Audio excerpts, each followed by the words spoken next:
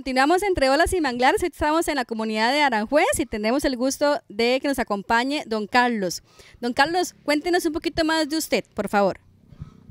Bueno, yo soy nacido y criado aquí en Aranjuez de Punta Arenas.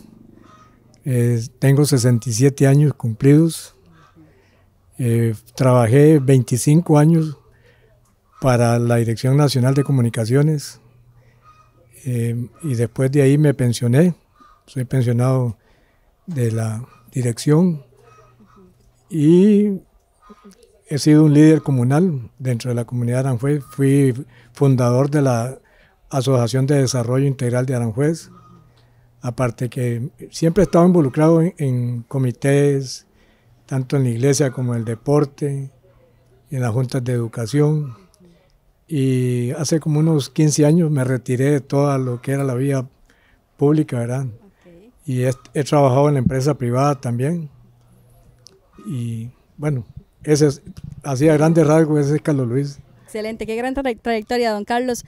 Vieras que nos han contado en esos días que hemos estado acá en la comunidad de Pitaya y por el establo, que por acá existió un telégrafo. Pero no tenemos como claridad de que si estuvo el telégrafo en Pitaya o en Aranjuez. ¿Qué sabe usted al respecto del telégrafo? Bueno, yo empecé a trabajar para el telégrafo en 1973, si no me equivoco. Okay. En esos entonces, en lo que existía era la Dirección Nacional de Comunicaciones y el telégrafo era un ente y el correo era otro ente. Okay. Para ¿verdad?, diferenciar una cosa de la otra. El telégrafo era el único medio de comunicación a nivel nacional, o sea, y se hacía por la clave Morse, bueno, que me imagino que todos ustedes saben. Lo que es la Interamericana, o llamamos Ruta 1, por ahí pasaba la línea general, o sea, la que comunicaba Panamá, Costa Rica y Nicaragua, vía telégrafo. Pero se vino el problema, o sea, quedaban fuera todo este montón de comunidades. Entonces, el gobierno metió una línea paralela a la que iba, o sea, a la línea principal. Y entonces montó un telégrafo aquí en la comunidad de Aranjuez. Sí, creo que el primer telegrafista en aquellos entonces, creo que era apellido Soto. Si no mal me recuerdo. Y ese telégrafo estuvo aquí en la comunidad en tres partes diferentes, como decir, ahí donde ustedes estuvieron ahora por el colegio, ahí, esa era la antigua escuela, para Yacito, ahí estuvo la primera oficina del telégrafo. Okay. Aquí más acá, antes de llegar, ahí hay una casa de madera muy bonita, al frente de hay una cuestión ahí, ahí estuvo la segunda vez el telégrafo, o sea, el segundo edificio que estuvo, y después allá, más allá, por Antito, bueno, donde está la entrada ahora a la Euroclub, ahí hay una casita, esa fue la última casa del telégrafo. Ahí fue cuando ya se cerró el telégrafo. Okay. Entonces, ¿nunca estuvo en Pitaya? No, es que a eso iba. Okay. Cuando vino la unión, o sea que la dirección decidió que el correo y el telégrafo fuera una sola dependencia. Había muchas, ¿cómo le dijera? Bueno, choques entre los empleados del telégrafo y los del correo. ¿Por qué? Por lo que yo le estaba diciendo, los telegrafistas eran profesionales. El ego de ellos no les permitía ser parte del correo. Okay. Entonces, y se formó Cortel. Yo no sé, ¿Cortel es? Cortel es correos y telégrafos. Ah, ok. Yo no sé si ustedes nunca vieron el logotipo de Cortel, ¿no? No, no. Bueno, ahorita yo no sé si... Yo tengo una camiseta ahí del equipo de fútbol del correo. Okay. Y entonces se vino eso, entonces, pero sí, seguíamos quedando, o se seguía quedando todavía con lugares sin cobertura. Entonces en Aranjuez había un telégrafo que se comunicaba ahí con el compañero que me estaba ahora hablando, con Chomes. De ahí pasaba Guasimal, no Guasimal, no, Lagartos. Después pasaba Pozo Azul, a La Pita, y ahí iba. Pero ya ahí ya salía a la Interamericana. Entonces se nos estaba quedando, o sea, que, bueno, yo hablo como que si yo fuera, se quedaba Pitaya por fuera. Ok. Entonces nosotros teníamos comunicación con Pitaya con un teléfono. Que por cierto, ayer estaba yo viendo un reportaje ahí de este, bueno, que los de estos italianos que tuvieron teléfono, fueron los primeros en Costa Rica a tener teléfonos. De ese tipo de teléfono, que era un cajón, y allá llegaba el timbre, la señora contestaba, era una señora la que atendía ahí, y de aquí se le tramitaban los telegramas que fueran para esa comunidad, y ella los entregaba. Entonces allá lo que había era una oficina donde estaba el teléfono. El teléfono y el correo, ¿verdad? Okay. Porque ella tenía que repartir lo que era la correspondencia y los telegramas que se le pasaban de aquí, del telégrafo. Okay. Pero el telégrafo estaba acá. En Aranjuez, siempre estuvo en Aranjuez. Esa es tal vez la confusión que existe allá en Pitaya, porque ellos dicen que allá estuvo el telégrafo. Sí, Okay. sí, es que como decir en eso, hay muchas cosas que todo el mundo desconoce. Bueno, yo ahora por ejemplo hablaba con un muchacho que pasa ahí que trabaja todavía en el correo. O sea, él entró yo todavía trabajaba en el correo cuando él entró a trabajar. Y la mamá de él fue la última telegrafista aquí, en Aranjuez, cuando se cerró la oficina. ¿En qué año, don Carlos? Hijo, María, ahora sí me la puso difícil usted. ¿O hace cuánto, más o menos? ¿20 años? Ah, no, 30 sí, años? yo tengo 67 años, yo me pensioné a los 41. ¡Wow, joven, don Carlos! Sí, es que bueno, eso es otro tema, porque como si en ese tiempo las instituciones casi todas tenían su propio régimen de pensiones. Y el del correo, de Cortel, era 25 años laborados, no importara la edad que tuviera. Ok. Y yo a los 41 cumplí los 25 años de trabajar con Okay. Cortel. Sí, bueno, es que no me acuerdo ahorita, pero más o menos, vamos a ver, sacar así. Yo estuve en Pitaya 14 años más 19, 5 serían 19. 41 habría que quitarle más o menos 19 años. Sí, más o menos como 19 años hace que sí, como 19 años que cuando yo me pensioné, sí, tenía yo 19 años de que ya la oficina de aquí no o sea, serían 22 a los 22 años. ¿Usted se pensionó y todavía estuvo la oficina 19 años más? No. ¿Usted se pensionó? O sea, es que, bueno, vamos a seguir para que... Okay. Cuando se cerró la oficina del telégrafo aquí, a mí me trasladaron para Pitaya. Esa fue la confusión. Ah, ok. Eliminaron los telégrafos, comenzaron a eliminar los telégrafos a nivel ya nacional. Entonces lo que metieron fueron radios. Nosotros teníamos comunicación bueno, casi con todas estas oficinas, incluyendo San Mateo, Orotina, Desmontes, bueno, con gente que nosotros no teníamos ningún tipo de comunicación, ya se metió todo ese... Éramos 22 oficinas que nos comunicábamos por radio y por medio de claves. Entonces, ya después vino la otra, que fue cuando ya empezaron a cerrar todas esas oficinitas, como decir Pitaya. Primero cerraron la de Telégrafo en Aranjuez, después cerraron a Pitaya y lo globalizaron todo ahí en la entrada de Chomes. Ahí por donde está la bomba, ahí montaron una oficina de telégrafo. Bueno, ya no existía el telégrafo, era del correo, pero también se trabajaba con radio. Entonces en aquel momento teníamos telégrafo y correo, y luego al final dominó la radio. Sí. Okay. Sí, ahorita no me acuerdo el nombre de eso, pero se puede decir que las primeras computadoras. Okay. Que se pasaban todos los telegramas ya a nivel nacional, las oficinas grandes se pasaban por medio de eso, yo creo que Teletipo o algo así se llama, no me acuerdo ahorita cómo se llamaba esa, pero era como ver una computadora, nada más que era un chunchón, ¿verdad? Y ya los telegramas se pasaban así y las otras oficinas se comunicaban por radio, ¿verdad? Okay. Pero ahí más o menos ese fue el final del telégrafo. Y don Carlos, ¿cuál era su rol ahí en el telégrafo? ¿De qué se encargaba usted? Cuéntanos un poquito más. Bueno, el trabajo mío, yo empecé a trabajar para el telégrafo. O sea, yo era mensajero del telégrafo. Okay. O sea, lo mío era solo entregar telegramas. Yo no entregaba una sola carta. Okay. Las cartas la gente tenía que ir a buscarlas allá a la oficina. A mí, o sea, por eso le digo, era dividido. Telégrafo era una cosa y correo era otra. Y aquí había un señor que se le llamaba en ese tiempo posta, que él era que iba a Punta Arenas y traía la correspondencia y la dejaba ahí en la oficina. Entonces usted, que si le escribía mucho, usted llegaba, mira, no hay una carta para... Pero lo único que se repartía eran telegramas, nada más. Ese fue mi rol. Y me tocaba que repartir todo lo que era esta zona, Aranjuez, Pitaya, y bueno, hasta ahí, hasta la entrada.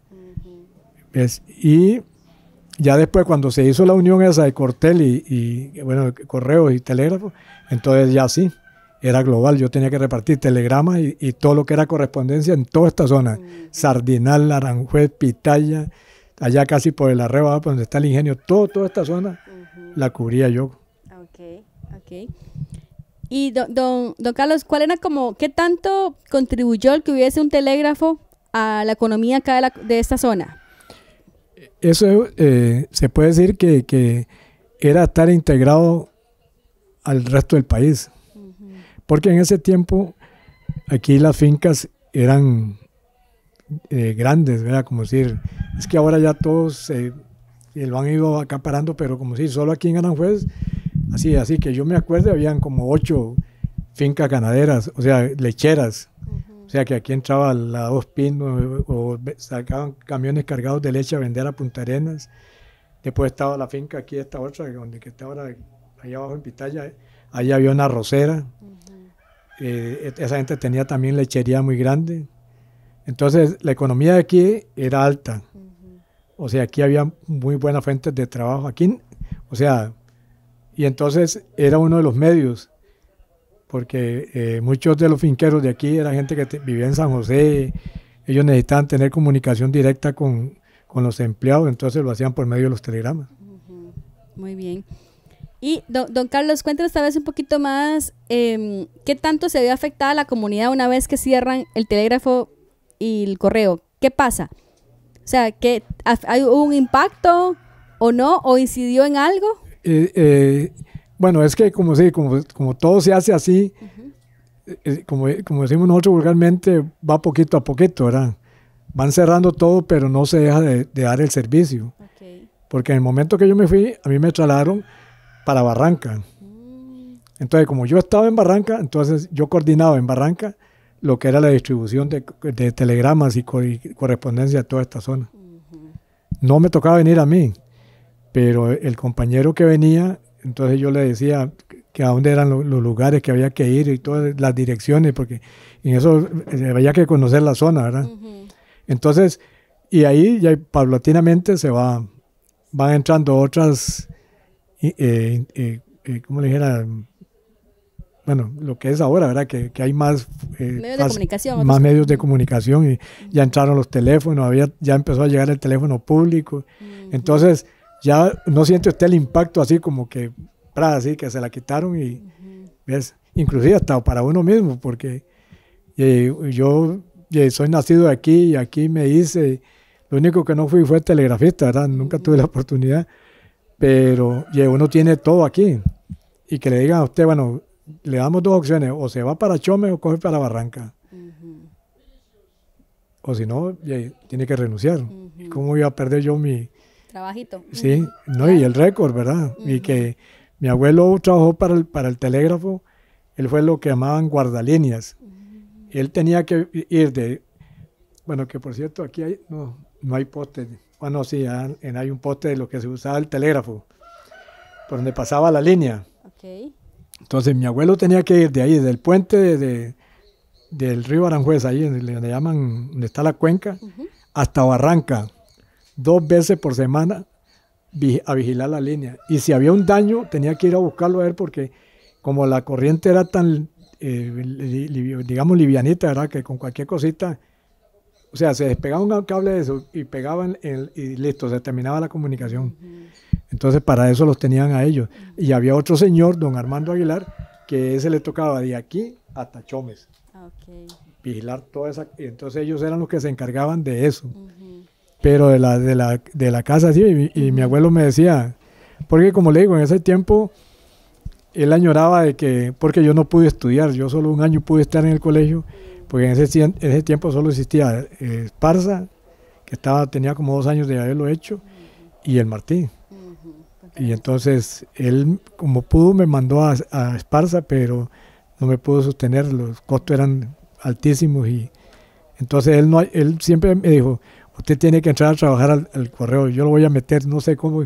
Pero en ese tiempo, es que le voy a decir, bueno, no sé si vale la observación. Adelante. Que usted aquí por semana se ganaba trabajando en el campo 125 colones. Y cuando él logró meterme a mí al correo, y uno había que hacer la prueba, o sea, en el telégrafo había que hacer la prueba 3 meses, trabajar 3 meses sin salario, y hasta los 3 meses le pagaban. Y cuando a mí me llegó el primer salario, y sacando de cuentas, ya no, yo ganaba más trabajando aquí en el campo que lo que me iban a pagar en el telégrafo. Entonces yo renuncié. Pero el telegrafista era muy amigo de él, de mi abuelo, y fue y me echó al pico, era que yo había renunciado y que no sé qué. Entonces mi abuelo me dice, vea, quédese ahí. Usted siempre ha vivido aquí en la casa, nunca se le ha pedido nada, ni ninguna cuestión. Deme chance 6 meses. Si de aquí entre 6 meses usted no está ganando más que cualquier peón de aquí, puede venirse para la casa y yo lo sigo manteniendo si usted quiere. Y sí, a los 6 meses yo ya ganaba 150 colones por quincena, o sea, ganaba más que cualquier peón. ¿Y cuánto significaba eso? ¿Era mucho dinero? Sí, era mucha plata. Okay. Sí, por eso es el mal concepto de que cuando uno, como si el caso mío, que yo tengo tantas amistades y todo, que le dicen a uno, oye, pero vos sos pensionado, ¿para qué trabajas en la...? Papito, cuando yo me pensioné, la pensión mía me quedó de 80,000 colones. Pero en esos tiempos, o sea, trabajar en el sector público era, o sea, bueno, había que guardar el secreto postal. O sea, yo le digo a más de una hora, ustedes en el telégrafo no hubieran trabajado, pero ni siquiera un minuto. Porque como si no existían las redes sociales ni nada, y usted podía saber, leer un telegrama que decía que fulano de tal venía la policía a llevárselo, y usted tenía que verlo y tal vez sonreírle y de todo, pero usted sabía que usted no podía decir nada de eso, porque había que existir ese... Eso se llamaba secreto postal. Secreto postal. O sea, y después de la manera de ser, a uno lo iban asesorando, y principalmente el servicio civil y de todo. O sea, entonces todo el mundo tenía el concepto de que nosotros ganábamos bien en el sector público. Y si no, pregúntale a cualquiera de los muchachos que está ahora, que trabaja, pregúntele que si ellos ganan bien, y le van a decir no, claro, no ganamos bien. Éramos así, entonces por eso existía ese concepto. Los telegrafistas sí, esos sacaban pecho y de todo, porque esa gente sí ganaba bien. ¿Ves? Porque ellos, bueno, todos éramos cubiertos por el servicio civil, pero ellos tenían un rango más alto. Mira, usted vio la cartita ahí, bueno, que aquí dice misceláneo 1. O sea, era el más bajo. Ya cuando eso ya dejamos de ser mensajeros, pasamos a ser misceláneo 1, 2 y 3. Y yo peleé para llegar cuando estuve en Barranca, para llegar a ser misceláneo 3, y no hubo manera. Y tenía todo lo único que no tenía eran los estudios, pero tenía los años de servicio, el récord mío y toda la cuestión. O sea, era nada más que necesitaba la firma del director, y el servicio civil me pasaba a misceláneo 3, y nunca se pudo hacer. Entonces, esos son las cosas difíciles, ¿verdad? Lo que mucha gente desconoce. Claro, totalmente. Y don Carlos, ¿actualmente hay alguna edificación o alguno de los equipos que se usaron en aquel momento, sea en Aranjuez o sea en Pitaya o en alguna de esas zonas? ¿O ya definitivamente eso se demolió y no queda nada? No, eso sí, a excepto de muchos compañeros, bueno, yo tuve la oportunidad de tener uno, pero como eso, yo tuve un compañero aquí que fue que estuvo antes de doña Úrsula, que es la última telegrafista. Ese muchacho era de Puriscal. Él le gustaba enseñar telégrafo, entonces él tenía un aparato de telégrafo que no sé dónde lo había conseguido, pero él lo tenía, no estaba marcado ni nada, era de él. Y resulta que él se enfermó, y cuando él se fue me dice, Carlos Luis, si me pasa, o sea, él tenía una enfermedad y él sabía que difícilmente iba a volver. Me dice, si yo no vuelvo, te lo dejo, te lo regalo, ¿verdad? Y de verdad no volvió, o sea, se nos fue. Tenía 19 años de muchacho. Pero yo cometí el error que era en la casa que estaba el telégrafo, era de mi abuelo. Mi abuelo, como era fiel al telégrafo y de todo, fue la primera vez que intentaron cerrar el telégrafo, porque ya decían que no había presupuesto para seguir pagando el alquiler. Entonces él dio esa casa, hizo la casa y de todo, y les dijo que pusieran el telégrafo ahí y que no les cobraba un solo 5. Entonces, como llegaron, cerraron la oficina y de todo, las cosas mías personales yo las dejé en una caja porque es la casa de mi abuelo. Y resulta que llegó un supervisor y él llegó y agarró la caja y la abrió y él vio el aparato y se lo llevó. Y entonces yo anduve detrás de él y de todo y no hubo manera de que me lo devolvieran. Qué lástima. Y entonces, pero yo sí tengo un amigo ahí, don Saúl Ramírez Gay, ahí en Miramar. Él tiene un aparatito. Él dice que ahí de vez en cuando se pone él a ticarica. Yo sé que el abuelo la familia de Crisanta ahí en Lagarto, ellos deben de tener algún aparatillo de esos. Porque como digo, eso fue una familia, toda fue telegrafista, desde el papá hasta todos los hijos fueron telegrafistas. Pero acá ni en Pitaya ni en Aranjuez no queda nada, la estructura, ni ninguna edificación, ni ningún equipo, nada. Nada. O sea, alguien que venga acá, no hay forma de que sepa que aquí hubo un telégrafo. No hay manera porque, como le digo, las casas sí existen, nada más que están remodeladas. Que yo sí le puedo llegar, y decirle, aquí estuvo el primer telégrafo, allá estuvo el segundo, la segunda vez, y donde estuvo la tercera vez. Y después, como le digo, esos rieles que allá al frente, donde está el medidor de ahí, la casa del hijo mío, ese riel es de esos rieles que se utilizaban. Porque cuando se quitó el telégrafo, como decir, de aquí a Chomes, todo el mundo hizo fiesta con esos rieles, ¿verdad? Se los robaron todos. Cuando ya quisieron recoger todo, ya fue difícil. Pero sí hay muchos compañeros que ellos sí tienen muy buenos recuerdos del telégrafo y de todo. Pero, como si nosotros que éramos un poquito más de bajo rango, porque como decir, vea, son cosas que a mí me quedó, porque las baterías nosotros las había que hacer, eran unos vasos de vidrio gruesos, que eso se hacía con sulfato, sulfato no me acuerdo qué, se metían unas cosas como patas de gallina en los vasos, eso, uno era positivo, el otro era negativo, y de ahí era el que se llevaba la corriente al telégrafo, el tic, rica, para que eso, y esa corriente era la que fluía por esas líneas. Eso sí lo tenía yo, pero también yo los tenía ahí en un galerón de mi abuelo, y cuando mi abuelo se murió, mis hermanos, ya yo estaba trabajando, y entonces cuando yo llegué ya los habían regalado y de todo. Pero sí, la goma, se trabajaba con goma de árbol, de Guanacaste. No sé cómo hacían, pero ellos mandaban unos chunchas así, usted lo echaba en un vasito con agua y a los días usted pegaba cualquier cosa con eso. Ok, muy bien. Y don Carlos, si tuviésemos que mencionar alguna anécdota que le pasó a usted, alguna experiencia, algún sustillo o algo, ¿qué podríamos mencionar? Bueno, para ir a repartir a la hacienda de Chaprenal tenía que pasar por el río Aranjuez. Okay. ¿Ves? Y entonces, y usted sabe que como decían, llueva, truene o haga viento, el mensajero tiene que llegar. Y a mí una vez, en la casa de nosotros siempre hubo caballos. Y llegó un telegrama muy urgente para Chapernal, para un señor. Y me voy, y en esos días estábamos de invierno, y el río estaba crecido. Pero crecido en el sentido que estaba lleno, pero no era fuerte pero el paso, donde uno pasaba, ahí sí, estaba reventando muy fuerte la corriente y de todo. Entonces yo agarré la yegüita y me fui para buscar una parte que estuviera más desplayada, porque eran bestias buenas para el nado. Y ya llegué a una parte pero era demasiado ancho, y yo me tiré con la yegua. Ella comenzó a pasar y a pasar y a pasar, sin contar que cuando llegué al otro lado era un padrón, entonces ella no podía subirse. O sea, estaba a nivel del agua, pero ella donde hacía levantarse no podía. Y entonces ella lo que hizo fue dar vuelta, devolverse. Entonces yo me asusté y me tiré. Entonces yo quedé del otro lado y ella de este lado. ¿Y cómo? Usamos el teléfono para llamar, ¿verdad? Hasta que llegaron unos muchachos, unos habaneros de Chapernal y conocidos. Entonces ellos me llevaron a la finca, entregué el telegrama y ellos llegaron, porque la bestia nunca se movió de ahí, y me pasaron. Después otra así muy buena, que por cierto un día esto la estaba contando a unos muchachos ahí.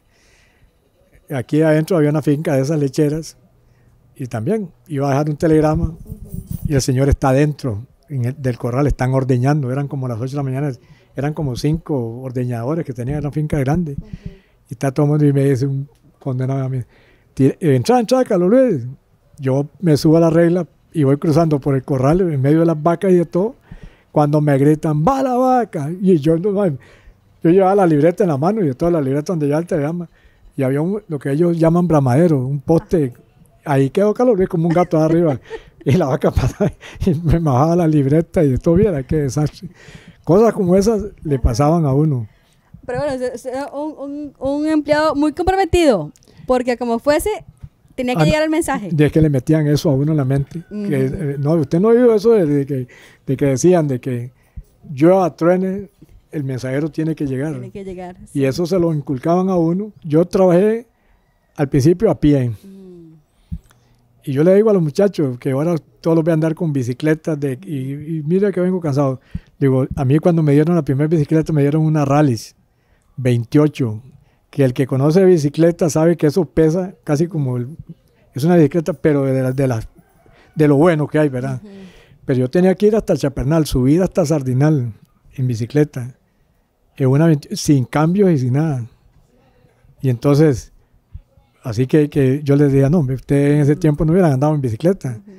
Y después esa pasadita, digamos, de la entrada de Sardinal hasta aquí, hasta la entrada de Aranjuez, ahora en estos tiempos que hace viento, ni en moto, a veces quiere pasar uno porque es tan fuerte el viento. Y entonces, ¿qué hacía uno? Y echarse la bicicleta al hombro y pasar toda esa parte a pie porque no podía usted andar en bicicleta. Wow. Y después ya me dieron moto, estando aquí, entonces ya tenía que entrar uno a lugares todavía más incómodos, donde solo habían caminos solo para ganado. Y a veces se le fregaba la moto a uno y cada uno daba un guindo con la moto. No, sí, eso era cosa triste, sí, pero muy bonito. Sí. Porque como decir eso, usted dijo una palabra que muchos amigos míos me dicen, el famoso Carlos Luis. Uno agarra fama por eso, porque usted comienza a conocer mucha gente. Entonces mucha gente me dice a mí, ¿por qué es que a vos te conoce tanta gente? Un día andaba yo con un nieto mío en Punta Arenas y salieron unos chavales, ¡hey, Carlos Luis, que no sé qué! Y me abrazaron, y este es nieto mío. Y mira, ¿qué tal? Y después me decía el nieto, abuelo, dice, ¿por qué es que a usted lo conoce tanta gente? Digo, porque yo trabajé para ellos.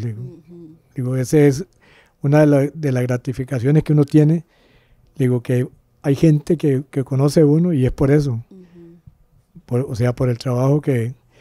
Yo sé y yo vengo saliendo, yo no hace mucho renuncié a un trabajo que tenía ahí porque ya no puedo andar en moto de noche, ya se me hace muy difícil, ¿verdad? Y yo le digo que mucha gente me dice, es que es difícil trabajar con gente. Digo, a mí me enseñaron a trabajar con gente. Esa es la diferencia, le digo. Y hay que aprender, le digo.